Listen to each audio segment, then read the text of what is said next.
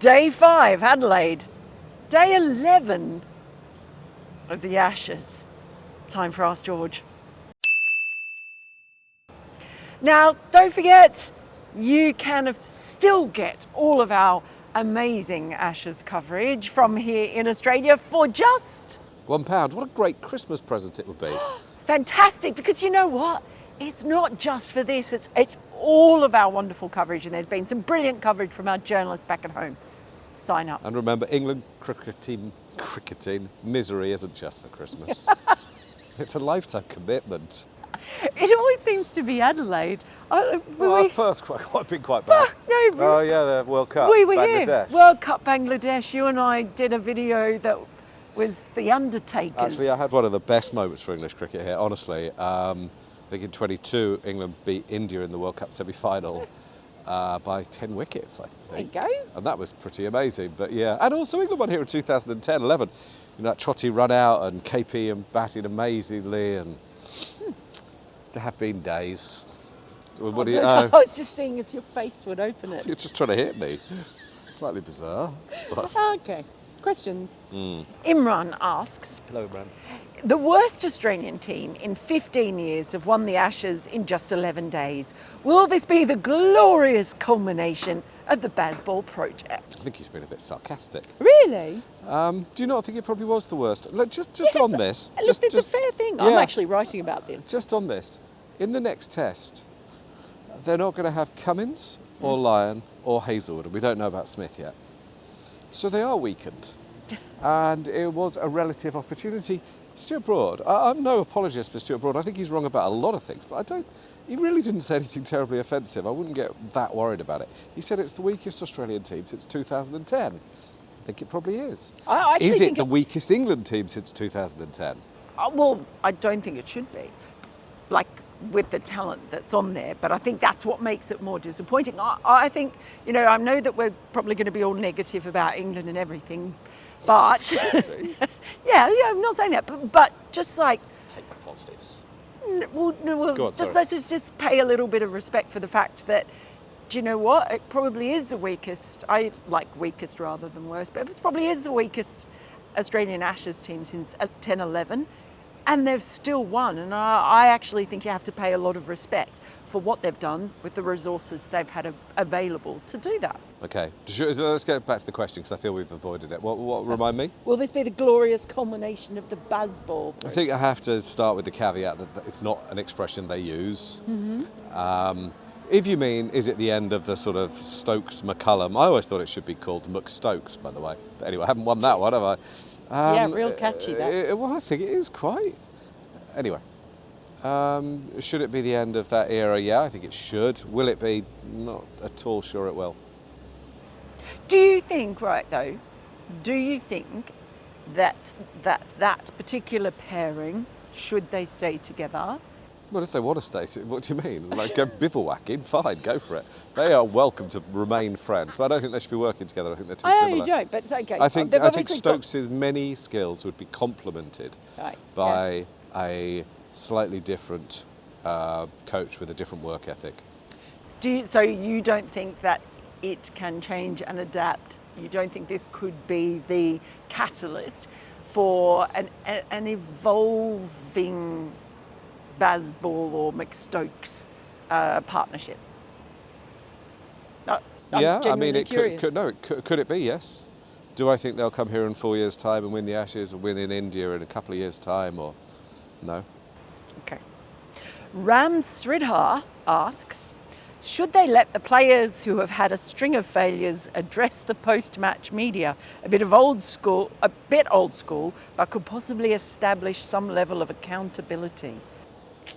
I don't know. I mean, they're pretty accountable, aren't they? I don't blame them for not doing a lot of media in the last couple of days. Really, really hot, wasn't it? It was brutal, and they've been in the field a lot, and they're disappointed. And what were they going to say? I think every Test team in the world would have done something similar. We've all seen those things happen. And I think they've said a couple of silly things even today and yesterday, but I wouldn't beat them up for it too badly. I mean, Crawley said yesterday that, we might have lost, 3-0 down, but 3-2 are be a pretty good result. Yeah. Ben Stokes said just now that we can enjoy even more success going forward, even more. You know what I think. I think they set the bar terribly low. But I also do think that people say things in press conferences sometimes that, like, all of us misspeak, or we say, oh, you know that I do all the time. No, of course. It does happen. I'm not making excuses. Sorry, not a but yeah. camera, a microphone in front of any of us for long enough will say something ridiculous. Yeah. Not very long, in my case. Just on that. But how beautiful does Adelaide look from? I know, I feel like we're spoiling it. Maybe we should just get out of the shot. So many better ways to. Yeah, that is the truth, isn't it? Well, me in particular. But yeah, it is a beautiful city, a beautiful country. Yeah, well, there you go. I don't think actually too many people worry about who fronts the media, except for us. I think that I'm getting the impression, but again, you guys tell me, that there's a bit of irritation about the lack of realisation about how one-sided it's been, and that 3-2 is really no consolation. It's like winning a pair of slippers the day after you've lost your feet. Oh, that winders. Curiosity asks, why isn't anyone talking about Joe Root? How many teams have won in Australia without consistent big scores from their main batter? No one's talking about Joe Root. I've had loads of people talking about Joe Root. I don't know what you're talking about. I mean, do you mean he had a poor test? He absolutely did. He had a poor test. By his very high standards, he had a poor test. But it's one test since he scored a century.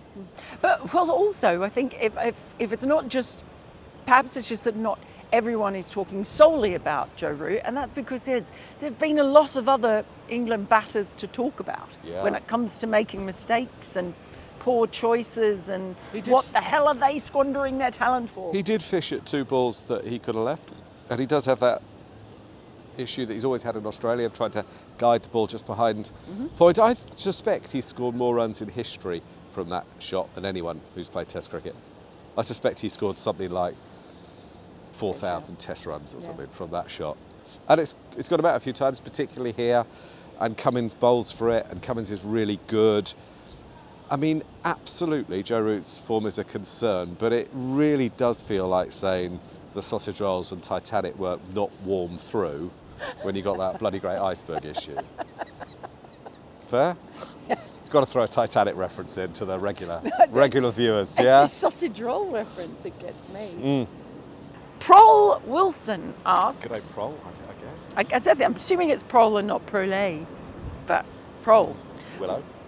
What 3 positives can George take from this performance? No, I don't even want to. Do you know, I hate that nonsense. It feels like... Take the positives. Feels like... Nah. I think it's... I really dislike the sort of line about the future or line about the past and pretending that there are lessons and stuff. And I think a bit of abject misery could be quite good for the soul sometimes. I'm a hoot. I think there should be a realisation. Well, there might be, but I don't want to go there. No. What? They show glimpses of professionalism. That a batter scored 60. Come on, you don't win tests with 60. Not very often, anyway. You can win tests with 160. So they showed an hour of competence. Well, we're setting the bar so bloody low. I don't want to give you these 3 positives, these 3 reasons to be cheerful or whatever it is. No. Let England have a moment of clarity. Let English cricket look itself in the mirror and realise it's really not very good. Because I think, you know, with any healing, you probably start with a diagnosis. Let's just say, you must be so much fun at parties.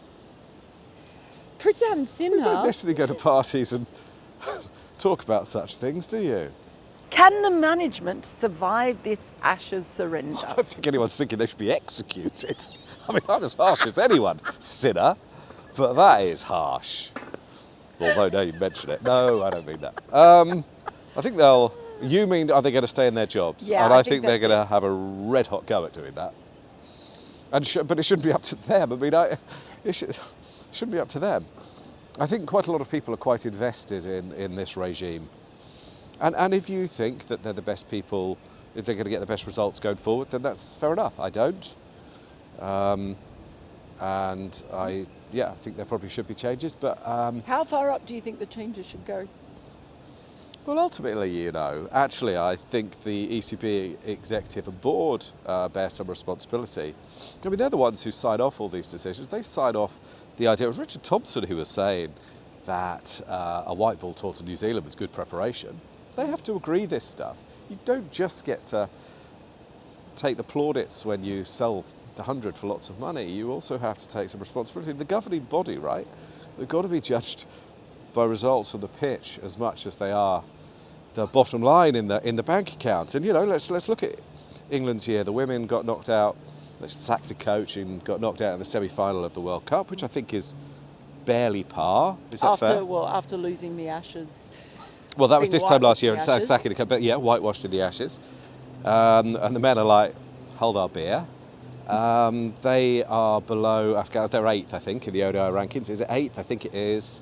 They've got to be very careful too. They've lost 4 tests in a row. They've won 1 test series in 4. I think that has to also reflect on the hierarchy, the executive and board, as I say, who have decided that actually things are pretty good and we're going to sell the 100 and enshrine a lot of the problems that are baked into the English game. They've decided again and again that money's more important than results. And if that's what they think, that's what they get held accountable for. Chris Castley asks, I'm used to it, but it doesn't take away the frustration we endure down under every 4 years. If you were in charge of the ECB, what one thing would you change? I don't think you could fix it by changing one thing. Good. Yeah, what she said's right. But I might as well give myself a massive pay rise and a big pension and then call it a day. No, one thing, I think we've got to be a little bit careful about just making knee-jerk reactions and firing one person and expecting everything to be different. I think it'd be more difficult than that. But if you were to try and change one thing, make one thing different, even with this regime, I practice the fielding harder. Honestly, they don't practice their fielding hard enough, and they've dropped a lot of catches. And if you just think of all those amazing moments where fielding's made a difference, I mean, Ben Stokes was run out by a direct hit from Nathan Lyon, I think, in the first test in Perth. But think of Jonathan Trott here, running out Katic. Katic's last test, I think. Think of Gary Pratt. There are so many. You'll be able to think of thousands. And I don't see them practicing their throwing very much at all. Really, never seen a regime practice it less. And they don't practice their catching as much as I think they should. I think they've got the work-play ethic slightly wrong. I get why they do it. They do it because they want to stay fresh. That makes some sense. They do it because they want to take pressure off. How's that working for them? And they do it because they didn't want everyone to sort off and just become a franchise T20 cricketer. They felt they needed to make the environment fun. But how much fun does it feel tonight, fellas? So I think that it's not a high-performance environment, in my view. And I would change that. One thing about that is working harder on fielding, because fielding is one of those things I think that you can make really big differences with hard work. You never necessarily be able to bowl like Mitchell Stark, however much you practice, but you will make yourself so you're better. And they've dropped some, even in this game, it's forgotten really, but Harry Brook dropped head on 99. Well, he got 170. What's the margin? Do you know what I mean? These things are... But I do think that there are structural problems, and I'll go back to what Ashley Giles said. If you just sack a few people, you will be sitting here in 4 years having all the same conversations, and I think that's still the case. If England want to get better, they have to find a way to get spin bowling relevant in the county game.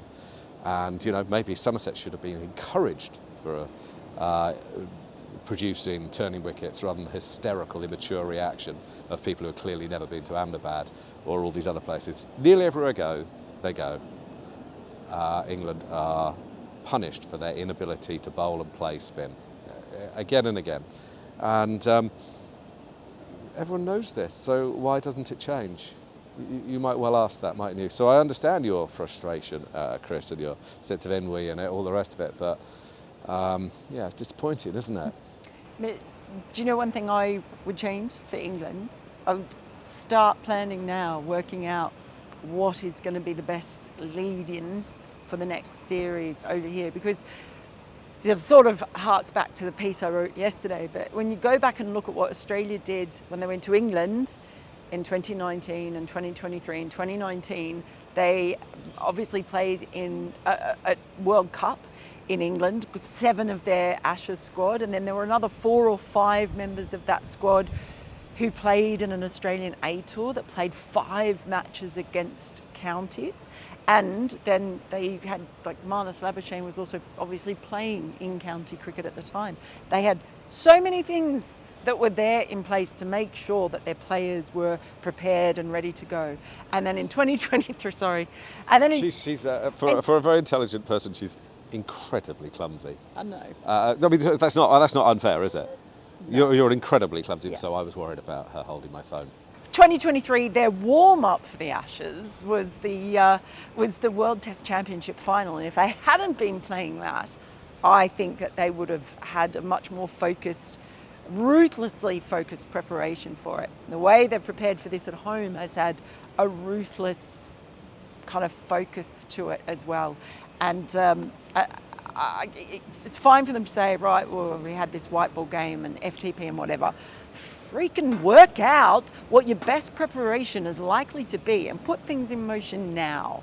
Like, start putting it in motion now. Yeah, she's quite right. I mean, she's quite right. But that's all very downbeat from an England perspective. And obviously Australia, brilliant, really well done. I mean, Well, incredible catching. but also, honestly, probably, sorry to rub salt in the wounds, but for Pat Cummins to come in, for them to be able to hold Pat Cummins back for the first 2 tests, have him come in, take 6 wickets. I think it's the only test he'll play, and he had a huge impact. Yeah, and he comes in with a big smile on his face and says, yeah, I might put my feet up for the next 2 tests. Well, yeah, absolutely amazing. But, from an England perspective, I'm sure it'll make the good times, if they ever come again, taste even sweeter. Yes. I've been telling myself that as a Cambridge United supporter and a Somerset cricket supporter for a long time. That championship win is going to taste sweet as hell. The Premier League win from Cambridge is maybe a little bit further off. But anyway, happy Christmas to everyone, and we'll look forward to seeing you all in Melbourne. And thanks very much for the questions. Merry Christmas, happy holiday season. We'll see you in Melbourne. Boxing Day. Mental. Do you see that? Do you see how clumsy she is? She's going to pretend she didn't mean to do it.